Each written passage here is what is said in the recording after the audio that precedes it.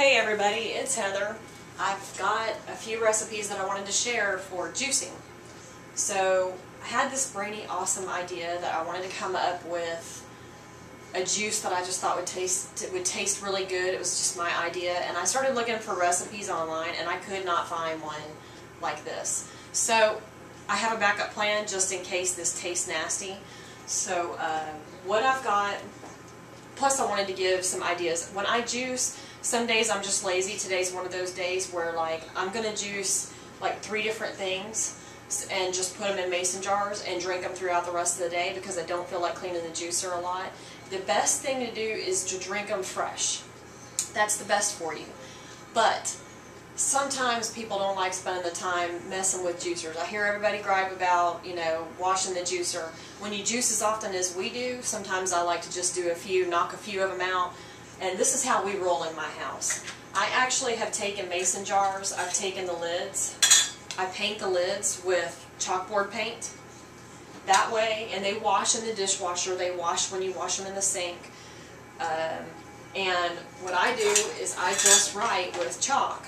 I take the chalk and I just write on the top what it is and the date that I did it. Because sometimes I make things like almond milk. And by the way, I have a good recipe for that as well. You want to check out my YouTube page. It's youtube.com, I think it's / whatever that is, / food equals medicine. Spell it out. Food and equals medicine. Just spell the whole words out.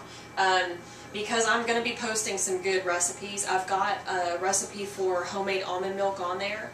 But last night I made homemade chocolate almond milk, which is actually caffeine free because I made it with carob powder instead of cocoa or cacao powder.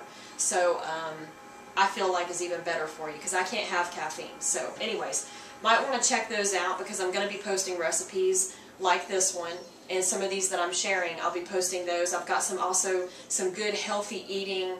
People that are transitioning into a raw food diet. I've got a lot of things that I share on there to help people. People feel like when they're trying to eat healthy that they've got to give up everything that they love, everything that they like. And what I'm trying to show people is, when I get a craving for buffalo wings, which I did yesterday, had a craving for them, I went and bought organic chicken. I made my own buffalo sauce, which is probably, not all of it was extremely fresh, some of it was canned stuff, but is really a very healthy option as opposed to going to Wings and More and buying theirs. Theirs is full of all kinds of junk. So at least I've got something that was fresh. I made my own carrot sticks to go with it and ranch dressing that I had purchased from the store, and that was what I ate. So you can take things that you love and make healthy versions of it or healthy substitutes for it. And, and don't feel like you don't have to feel guilty about eating some kind of junk. You don't have to worry about getting fatter because of the junk that you ate. Plus, you're eating a healthy version of it, so you're getting to eat the cravings. You don't have to do without the food that you love. Now, you might have to come up with a substitute, something that you're willing to substitute that might be not just exactly the same, but at least you're getting the basic taste, and you feel fulfilled and satisfied. So, anyway, what I've just used... I just juiced my husband's carrot and apple. He drinks this every single day for his afternoon juice. What that recipe is for one serving is either 1 large apple or 2 small apples. You'll want to wash them. I usually soak them. You can buy the soaks and the washes pretty cheaply. Well, I wouldn't say pretty cheaply. Some of them are kind of expensive, but a cheap one is just water with some vinegar. Just put some white vinegar in there, let it soak for a while.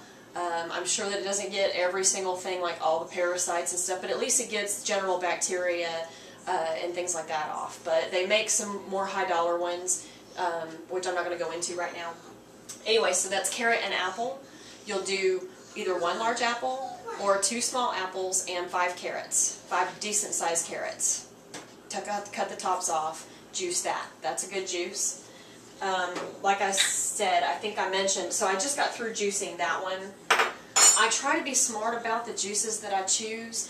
I don't think that the apple carrot's going to really interfere much. Now, if you juice something like ginger root, and then you want to juice like watermelon, that ain't going to work. You need to clean the juicer before you do it. So anyway, that should be common sense, but I have taken the skins off of the cucumbers. These are not the most organic. I don't really trust the stores, so I take the skins off.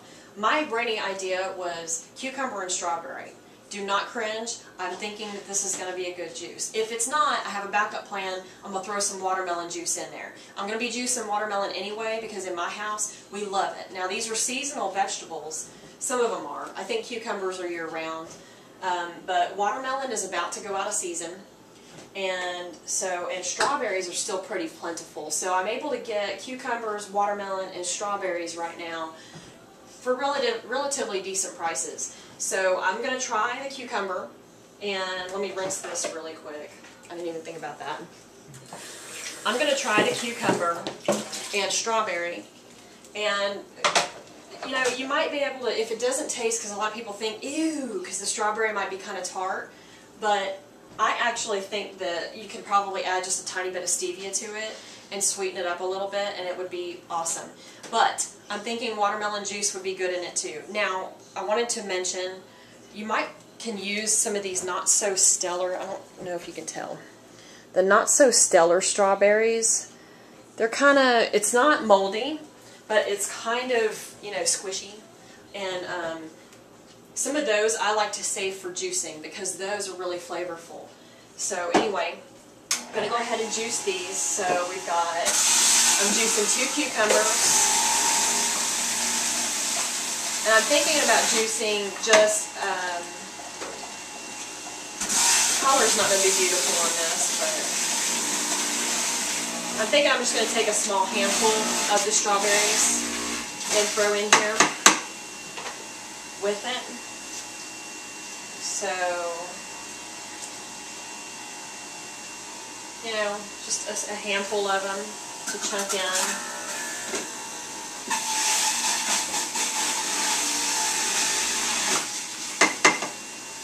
And I'm going to taste it. This is basically how I come up with some good concoctions. Good juices that taste good, are good for you, relatively decently priced, not too expensive. Some of them that we have a mean green juice. That recipe is on my YouTube page. It's a great juice, but it's kind of expensive to make. We drink that one every day. Okay, so I'm going to add a little bit more strawberry to it.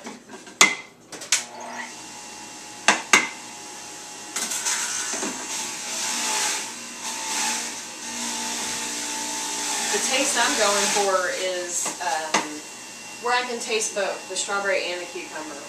I don't have to sweeten everything that I do with, that I make with, you know, sweeteners. I don't have to have the sweetest juice. I like the stuff that tastes fresh and more raw, but that's my taste buds.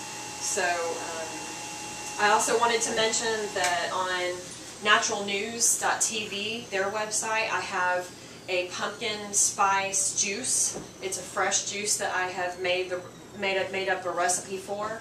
That one came out really good.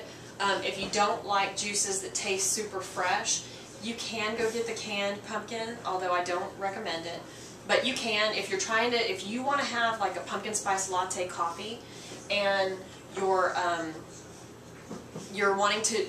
trying to not get that craving, you know, you're trying not to drink coffee, you don't want to drink junk, then that's a good recipe too. So check that out on naturalnews.tv.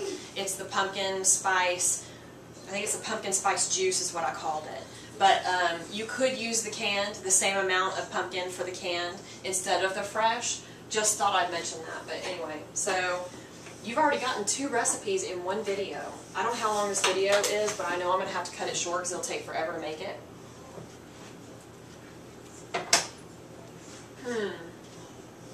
It's good.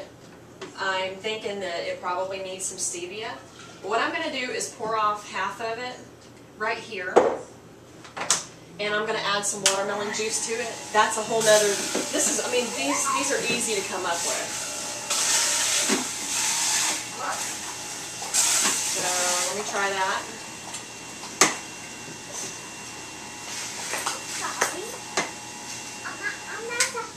See how that comes out.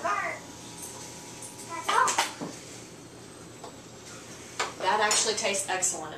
So in this time you have gotten 3 different juice recipes and some ideas for some other things. So go ahead and check me out. If you haven't subscribed to my YouTube, please do. If you have any questions about recipes or anything like that, you can email me at heather@foodequalsmedicine.com. Have a great day.